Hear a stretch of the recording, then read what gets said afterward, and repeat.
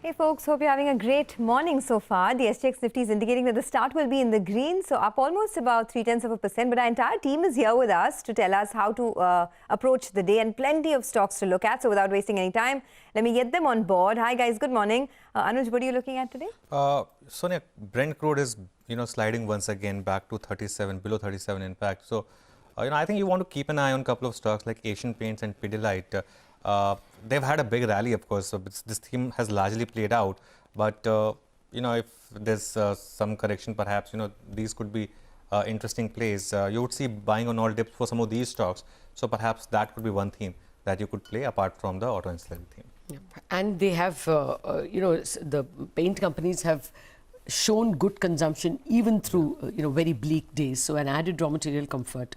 But of course, the big boy Reliance will be watched. Yes, it will be watched, reacting to its numbers. So the consolidated profits were better than what the street was estimating. That's because the lower tax is what boosted the profits this quarter around. Even if you strip that off, you look at the petchem business, there has been a rebound on a sequential basis, although on a year-on-year basis, there's been a fall. Polymer demand has gone up 34% quarter-on-quarter. Polyester demand has gone up about 200% quarter-on-quarter as per the company's presentation. Of course, Rima will talk about Jio, but even if you look at the retail business, there's been a good sequential improvement, although on a year-on-year basis it's a fall. But the sequential improvement is 86% rise in the EBITDA. The core numbers will also be up for you on your screen. 26% quarter-on-quarter rise of what you've seen in revenues, EBITDA up 12.3%. Just to give you a sense of what brokerages are saying, Axis Cap has an ad with a target price of 22.20 on the stock. Morgan Stanley maintains an overweight with a target price of 2247. However, Macquarie has an underperform with a target price of 2026, but largely most brokerages have their target prices above that 2000 mark. Yeah, mostly about 2200 to 2250. Rima, if you can fill us up on Jio's performance. Well, it was a decent quarter, Lata. Revenue growth and profit growth this quarter was ahead of what the street was anticipating.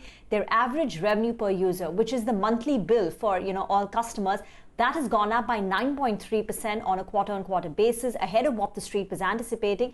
And Jio leads the industry in terms of an ARPU improvement. If you see, Bharti and Vodafone Idea had about an average 3% improvement. But it's not all positive because the net subscriber addition this quarter was muted. They've only added 7.3 million subscribers. And the surprising bit, it's lower than the last quarter, which was at 9.9 million subscribers. And considering last quarter had the bigger impact of the lockdown, it was surprising to see this number. So now when you look at the comparison with peers, Bharti is leading in terms of a revenue growth as well as in terms of a subscriber addition this time. But decent quarter for Jio. Back to you. Okay, thanks a lot for that. So decent quarter for Jio. Standard disclaimer coming up on your screen. But Abhishek is joining in to tell us about ICICI Bank. Looked like a good set. He also has IndusInd Bank on his radar. Abhishek, good morning. Good morning, Sonia. So ICICI Bank has reported a strong core operating performance. On the flip side, slippages were elevated on a sequential basis, up about 160%. However, the deposit momentum was pretty strong, growing at 19.5% YOY and about 4% quarter-on-quarter. The low-cost deposit ratio, that's improved by 280 basis points quarter-on-quarter. The loan growth on a sequential basis has surprised on positive front. The core operating profit growth of more than 10% sequentially is perhaps the best in last 8 quarters. This has helped the PAT being ahead of our poll. Brokerages, now they have shifted the target price, which was earlier between 470 to 500 to now about 500 to 560. Coming on to IndusInd Bank, the sequential deposit momentum is pretty strong at 8% quarter-on-quarter, perhaps a 6-quarter high over there. Net interest margin is at 3-quarter low of 4.16% on account of elevated liquidity in the balance sheet. Weakest ever operating profit and PAT is slightly ahead of our poll. Back to you. Okay. Thanks for that. So slightly mixed bag, but auto sales were largely better than expected. Absolutely, especially for two companies, right? Maruti and Hero both reported record sales, both market leaders in their categories. So I'm expecting these stocks to be in the green. So total October sales for Maruti healthy at 19%. The big takeaway is compact cars are selling a lot more in this lockdown period, whether it's the Swift, the Wagon-R, the Baleno, Ignis, etc. So that entire space saw 26% rise. Apart from that, Hero MotoCorp highest ever monthly sales. So I'm going with green over there. Total sales are whopping 35%, and the management said in their press release that they've registered market share gains across categories as well. Escorts too, it was a decent set of numbers there. Reported highest ever October sales. Total sales growth up 2.3% year on year. comes out with earnings as well today, so we'll watch out for that one. I'm going with red for M&M because the auto sales were under pressure, down 14.5%. That's because commercial vehicle piece within auto was quite downbeat. Tractor sales, though, up about 2% year on year. And finally, Eicher Motors, where the Royal Enfield sales were down 7%, below Nomura's estimates. So I'm going with red there as well. But there has been a recovery in Volvo Eicher commercial vehicles, up almost about 12% year on year. So these are the stocks I'll be keeping on my radar. But it's clear that the entry level segment is doing well. And that's why compact. The compact and the hero bikes. You see that on the road. In the evening, it's the traffic is a bit of a nightmare these days because public transport is still not fully available, and people want a bit of a safety of their own. There's a bit of a contra view only on Hero, which Credit Suisse, which Nimesh is pointing out, that their share in registrations apparently has fallen and costs have piled up. So Credit Suisse is worrying about their third quarter margins. Okay, let's see. Well, I should always take the contra view also on board. But let's go across to Sonal for the result review of UPL. Sonal, looked good?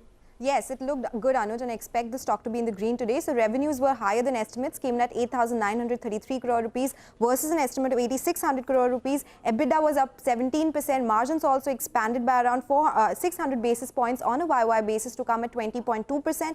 Profits also up 166% to come in at 537 crores. Of course, because in the base quarter there was a one-time exceptional cost. However, important to note that the management has maintained the guidance of 6 to 8% revenue growth and 10 to 12% EBITDA growth. In fact, in the second half, they plan to reduce their debt as well. So net debt to EBITDA was 3 times as on March 2020. They expect it to go down to 2 times by March 21. And overall, brokerages are also very bullish. Expect the stock to do well in trade today. Okay, that's good to hear, Sonal. And now for some more banks, mid-cap banks, Abhishek, IDFC First, DCB, how were they? Well, Lata, IDFC First Bank, the retail deposit momentum continues to be robust on a sequential basis. So they are up about 23.3% on a quarter-on-quarter. The CASA ratio or the low-cost deposit ratio is above 40% for the first time.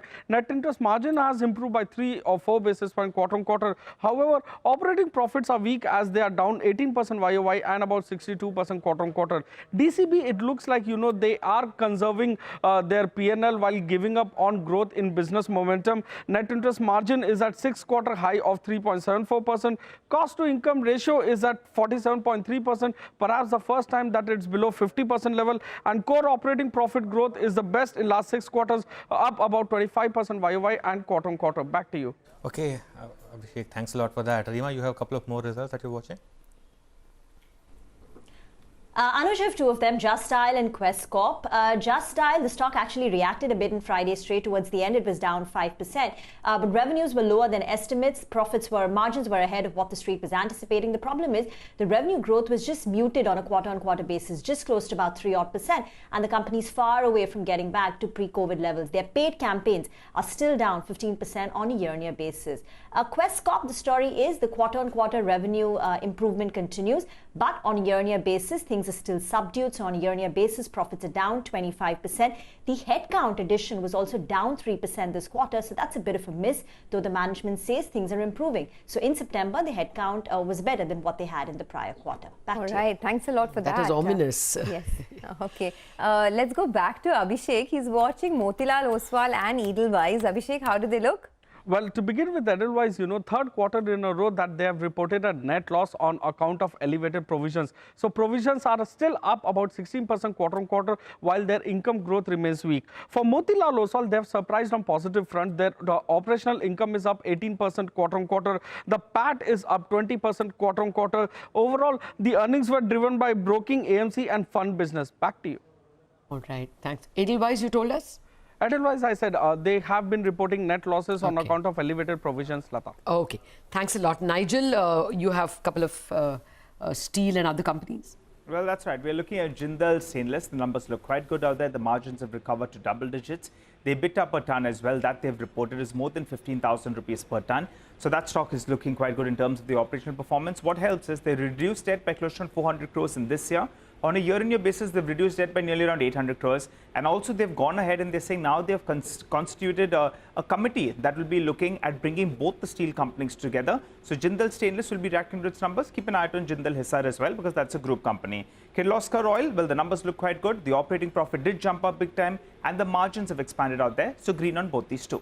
Okay, thanks for that. Sonal is also with us to give us some more numbers that she has on her list. Sonal, over to you. Thanks a lot for that. Well, let me start with Deepak Nitrite. Good operational performance. So margins expanded by 300 basis points on a YOY basis. Profits also went up by 13% to come at 170 crore rupees. Moving on to Unichem Labs. Well, that was a very good quarter for the company on a YOY basis. Revenues came in at 317 crores versus 268 crores. And this time around, company reported an EBITDA of 30 crores versus an EBITDA loss of 27 crores. And also profits of 9 crores versus losses last year. So expect a green tick on that stock as well. Okay, and some more results